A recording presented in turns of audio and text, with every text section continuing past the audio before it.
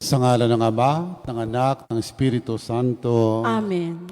ang pagpapala ng ating Panginoong Hesukristo, ang pag-ibig ng Diyos Ama, at ang pakikipagkaisa ng Espiritu Santo, naway sa inyong lahat. At sumayo rin. Mga kapatid, aminin natin ang ating mga kasalanan upang tayo maging marapat kumanap sa banal na pagdiriwang.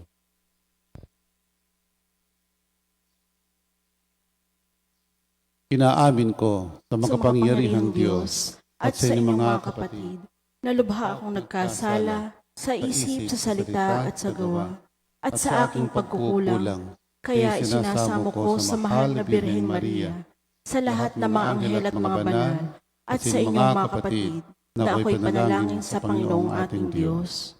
Kawaan tayo ng makapangyarihang Diyos, patawarin tayo sa ating mga kasalanan, at patnubayan tayo sa buhay na walang hanggan. Panginoon, kaawaan mo kami. Panginoon, kaawaan mo kami. Kristo, kaawaan mo kami. Kristo, kaawaan mo kami. Panginoon, kaawaan mo kami. Panginoon, kaawaan mo kami. Manalangin tayo. Ama naming makapangyarihan, ikaw ang lumikha tagapamahala ng tanang umiiral. Tunghayan mo kami upang ang iyong away aming maranasan at ipagkalob mong ikaw ay aming wagas ng paglingkuran. Sa pamamagitan ni Hesukristo kasama ng Espiritu Santo, magpasawalang hanggan. Amen.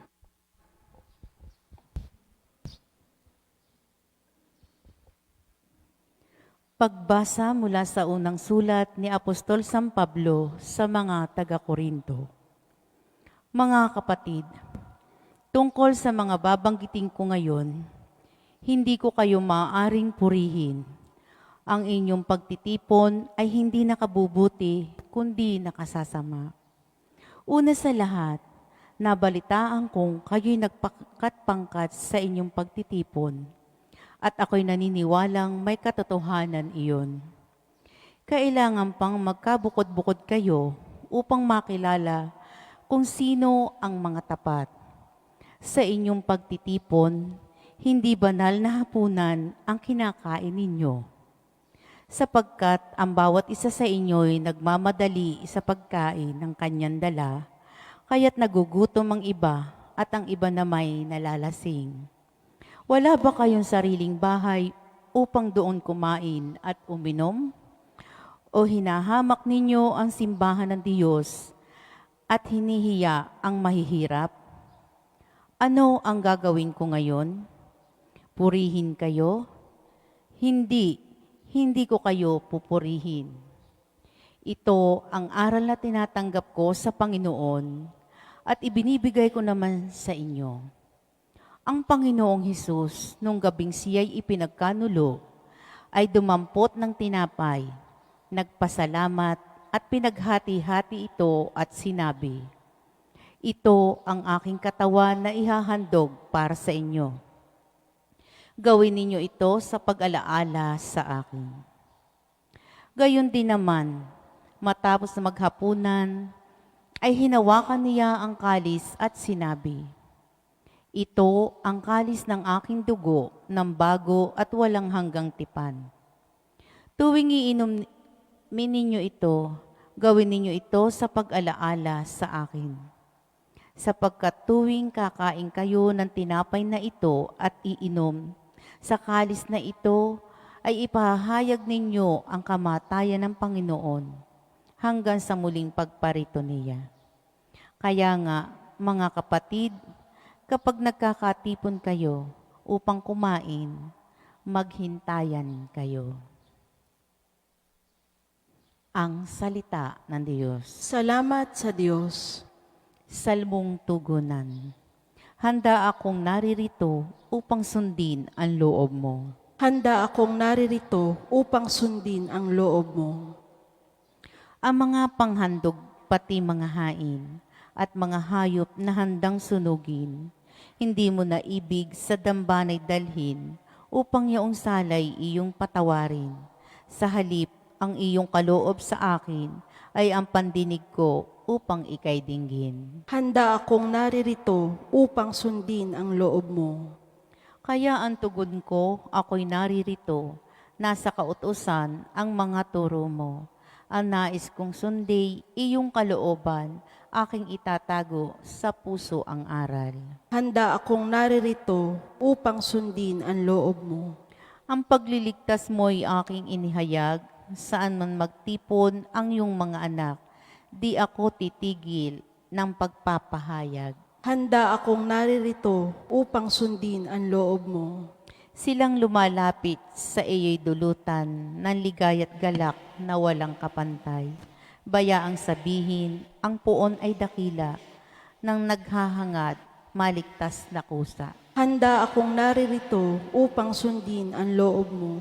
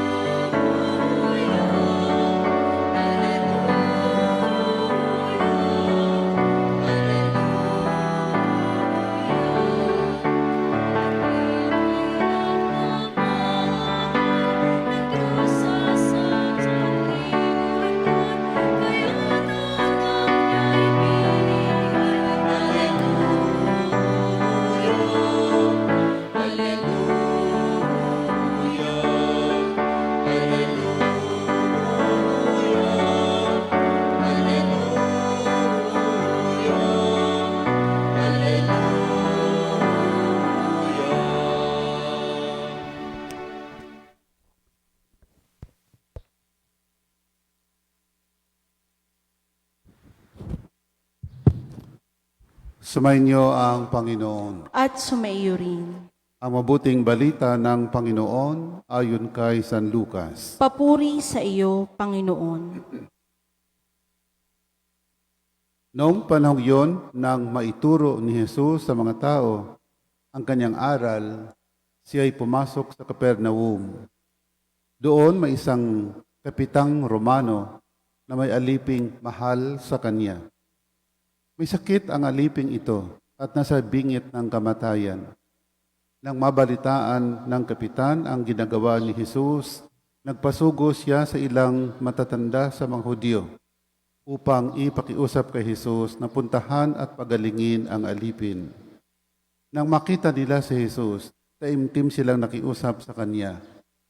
Siya'y karapat-dapat na pagbigyan ninyo sapagkat mahal niya ang ating bansa, ang wika nila.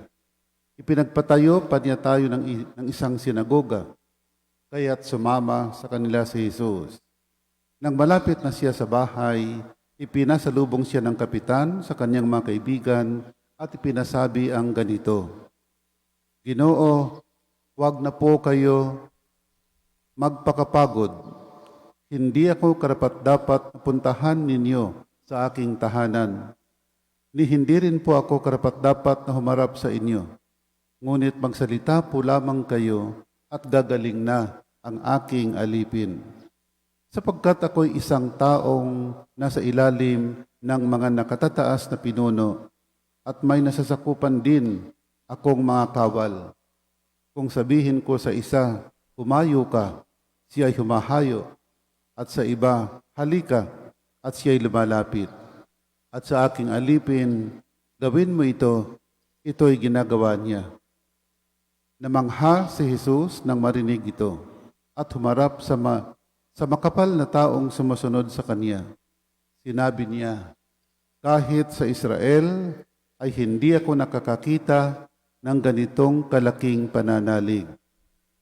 Pagbabalik sa bahay, naratna ng mga sinugo na magaling na ang alipin. Ang mabuting balita ng Panginoon. Pinupuri ka namin, Panginoong Hesukristo. Magandang umaga po.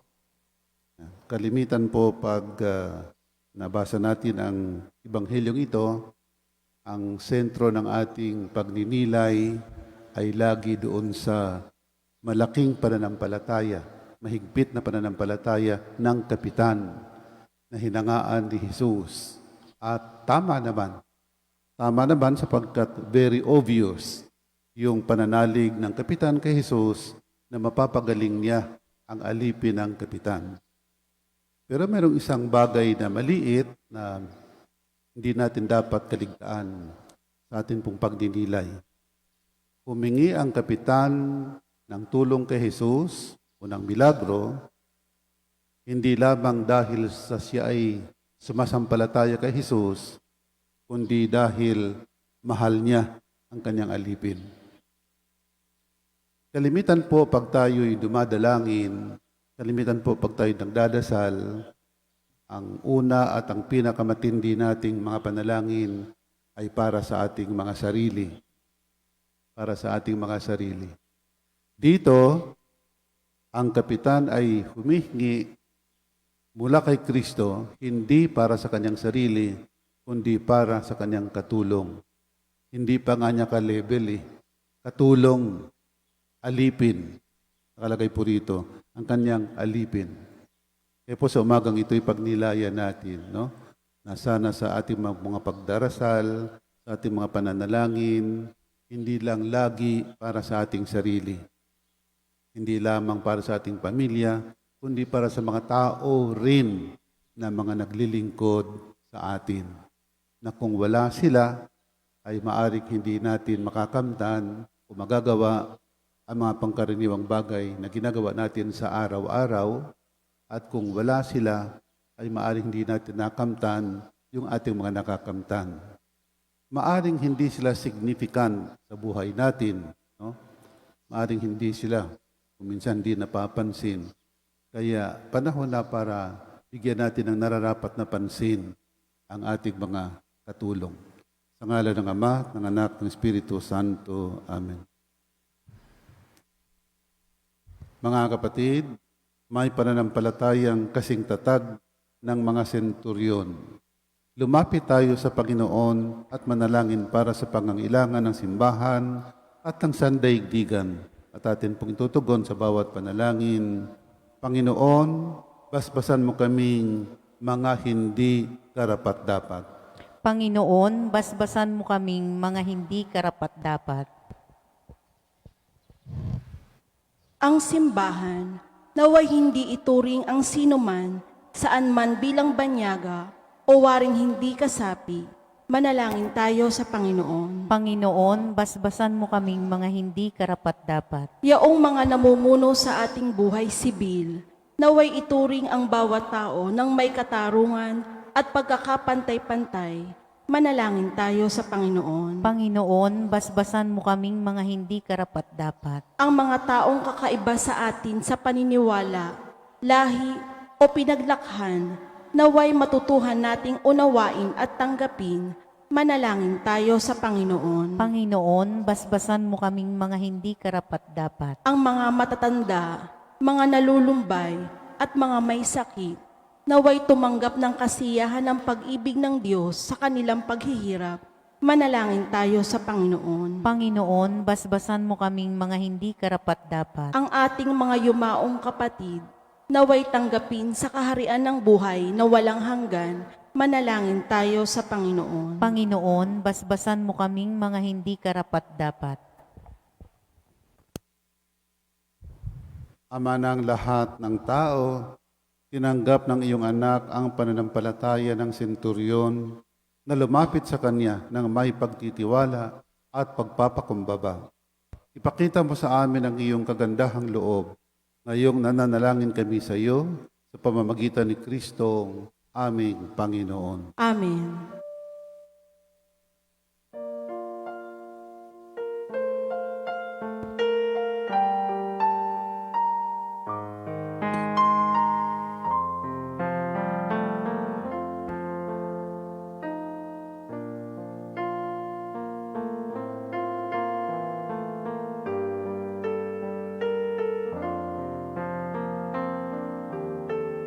Kapuri-puri ka Diyos sa mga lumikha sa sanlibutan, sa iyong kagandahan.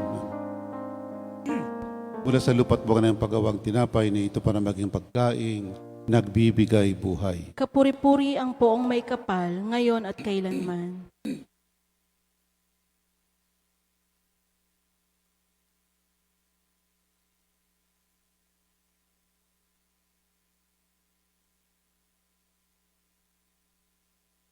Kapuri-puri ka Diyos sa mga lumikha sa sanlibutan. Sa iyong kagandahang loob, narito ang may aalay mula sa katas ng ubas at bunga ng aming paggawa ang alak na ito para maging inuming nagbibigay ng iyong Espiritu. Kapuri-puri ang poong may kapal, ngayon at kailanman.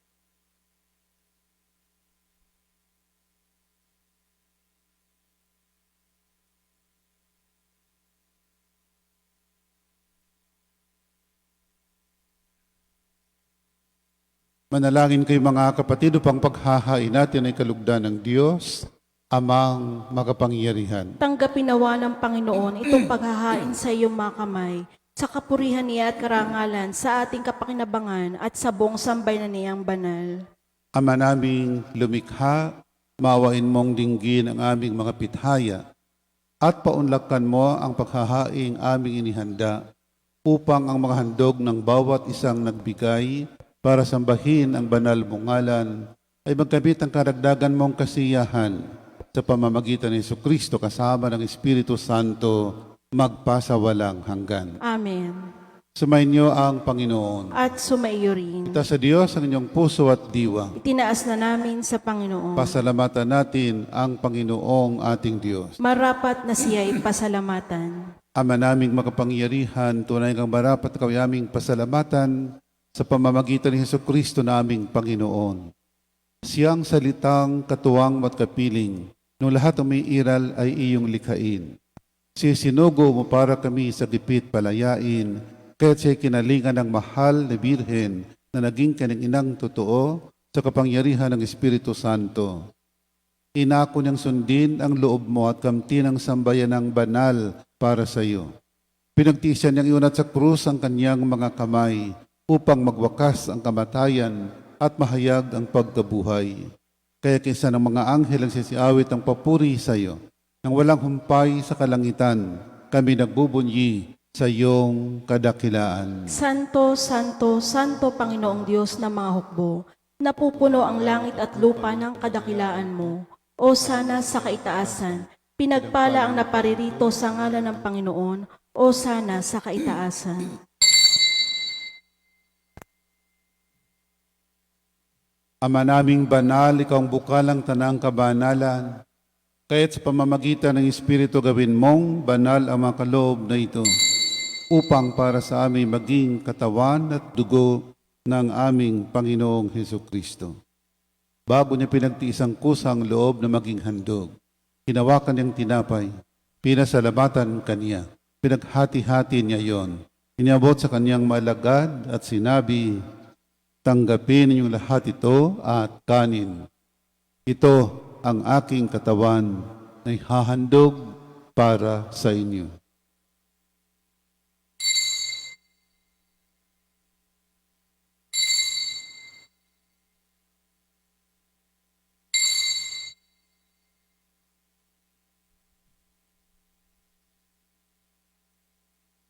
Gayon din naman, nung matapos ang hapunan, hinawakan niyang kalis, muli kanyang pinasalamatan. Niabot niya ang kalis sa kanyang malagad at sinabi, tanggapin niyong lahat ito at inumin. Ito ang kalis ng aking dugo, ng bago at walang hanggang tipan. Ang aking dugo ni bubuhos para sa inyo at para sa lahat sa kapagpapatawad ng mga kasalanan. Gawin ninyo ito sa pag-alaala sa akin.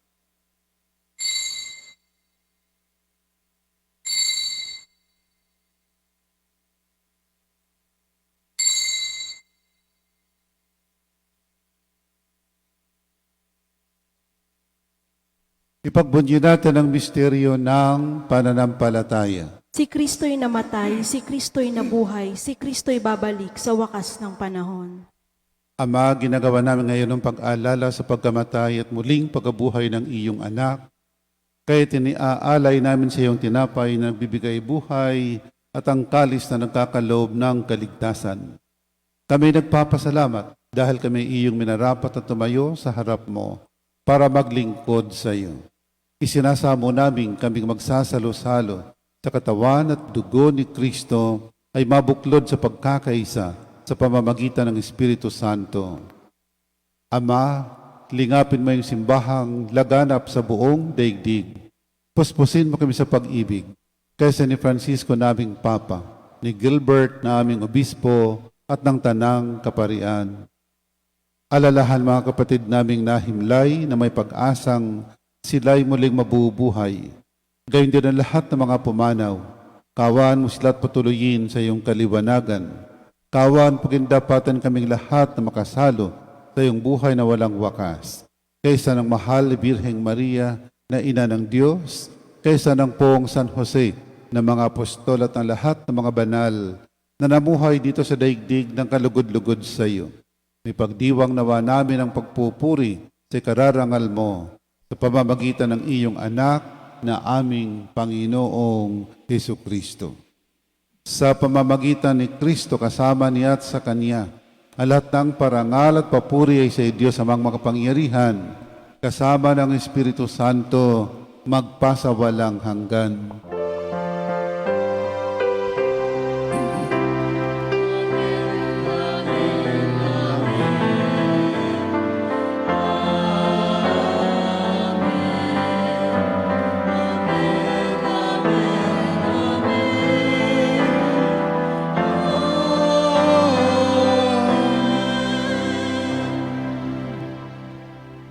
Sa tagubili ng nakagagaling na utos sa tugon ni Jesus na ating Panginoon at Diyos, marapat nating awitin ang panalangin tinuro niya sa atin.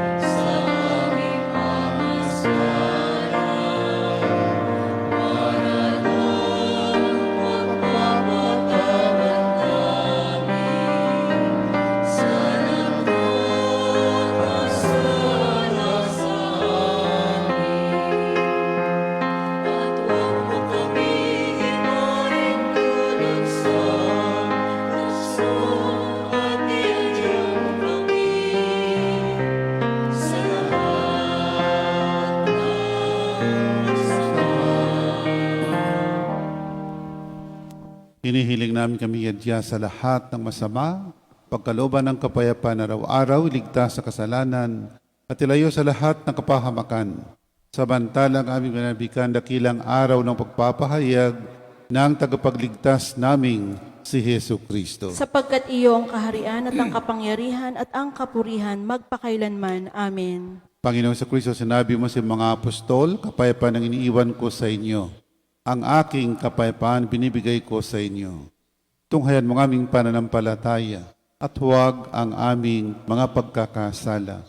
Pagkalooban mo kami ng kapayapaan at pagkakaisa ayon sa iyong kalooban, kasama ng Espiritu Santo, magpasawalang hanggan. Amen. Ang kapayapaan ng Panginoon ay laging sumainyo. At sumaiyo rin. Magbigayan po tayo ng kapayapaan sa isa't isa. Peace be with you. Peace.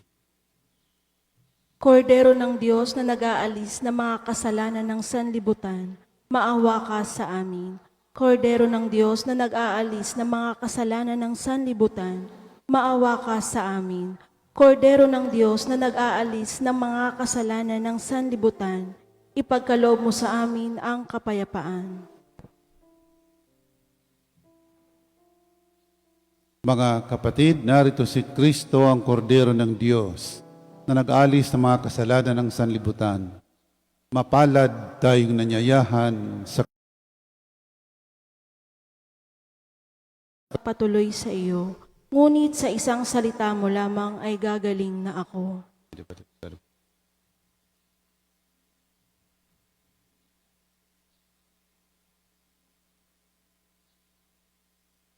ang katawan ni Kristo. Amen.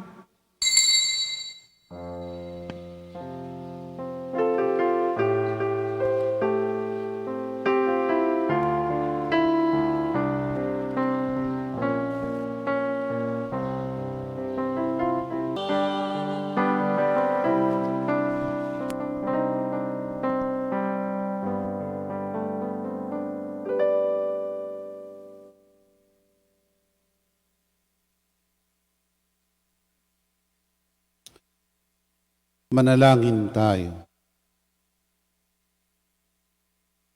Ama naming mapagmahal, ang aming kalooban naway pagharian ng aming tinanggap na pakikinabang upang huwag ang diwa namin ang umiral, kundi ang bunga ng pagdiriwang ang laging mamamayani sa amin.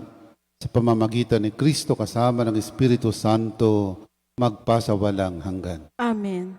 Sumainyo ang Panginoon At sumaiyo rin. at pagpalain ka ng makapangyarihang Diyos, Ama, Anak at Espiritu Santo. Amen. Tapos na po ang ating pagdiriwang, humayo kayong mapayapa upang ang Panginoon ay mahalin at paglingkuran. Salamat Salamat sa sa Diyos.